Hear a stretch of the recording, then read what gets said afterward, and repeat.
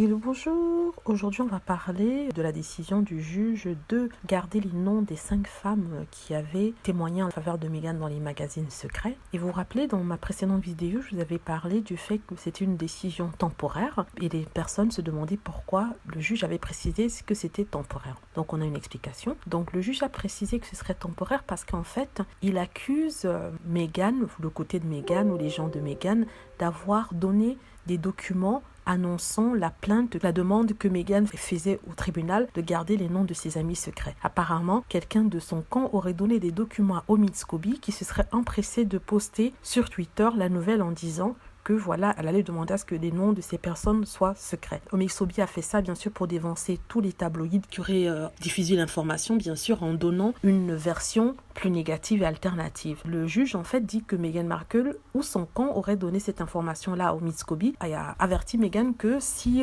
une information venait à fuiter, c'est à ce moment-là que peut-être les noms des personnes qui ont participé seraient révélés. Et ces noms seraient aussi révélés si par exemple ces personnes étaient amenées à témoigner plus tard dans l'année. En fait, le juge est en train de dire ici à aucun de Meghan de ne pas diffuser les informations. En même temps, il a blâmé les deux camps d'être dans une guerre de mots, une guerre de qui en dira plus, c'est-à-dire qu'il y a le Daily Mail ou les autres tabloïds qui sortent quelque chose et le camp de Meghan répond en sortant autre chose, en diffusant d'autres informations. Donc moi, personnellement, c'est tout à fait normal que si un camp fait quelque chose, l'autre camp doit faire. Mais en même temps, le juge dit que ça entrave le bon cours de la justice et qu'il faut que tout soit réglé dans la gorge de justice, mais pas dans les médias. Donc ce que le juge ignore, c'est que les médias, c'est-à-dire les tabloïds qui sont au banc des accusés, ont un pouvoir énorme. Ils travaillent entre eux, donc ils peuvent liquer des informations à d'autres tabloïds qui ne sont pas liés à cette affaire-là et l'information sera diffusée quand même, alors que Meghan Markle n'a qu'une personne vers qui se tourner, c'est-à-dire si c'est vraiment vrai, c'est Omid Scobie. Donc voilà, donc c'est pour ça que le juge a dit que de façon temporaire, il ne va pas révéler non, mais s'il arrive que des détails soient donnés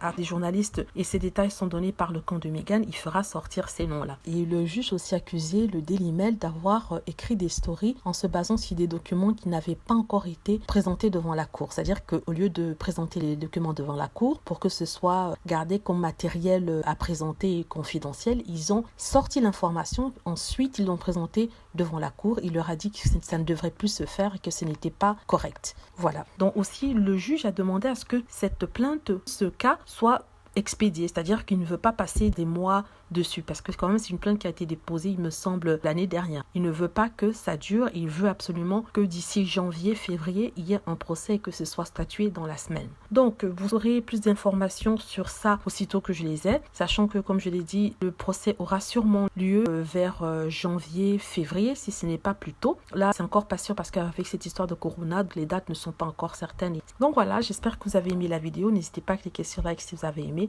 à vous abonner pour plus de vidéos et aussi à cliquer sur la petite cloche afin d'être averti lorsque je poste une nouvelle vidéo. Merci.